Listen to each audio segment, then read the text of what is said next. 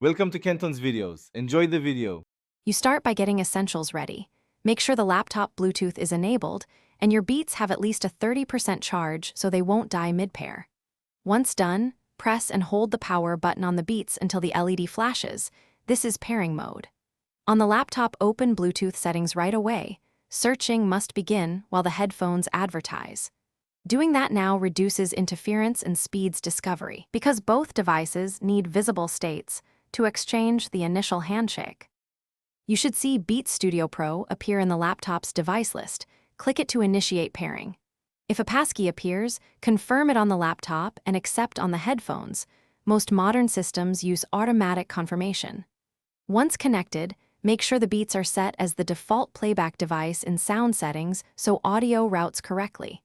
If you use apps like Zoom, check their audio preferences too. Selecting the correct device prevents muted audio or mic confusion during calls. You finish by testing sound and microphone. Play a bass-heavy track and a voice clip to confirm clarity and mic pickup. If you notice stutters or disconnects, update the laptop's Bluetooth drivers and install any Beats firmware updates. Drivers and firmware fix compatibility issues. If pairing repeatedly fails, reset the headphones by holding power plus volume down to clear previous pairings, then repeat scanning. These steps solve most problems, but if trouble persists, try another device to isolate whether the laptop or Beats are at fault. Thanks for watching. Consider subscribing if we helped you.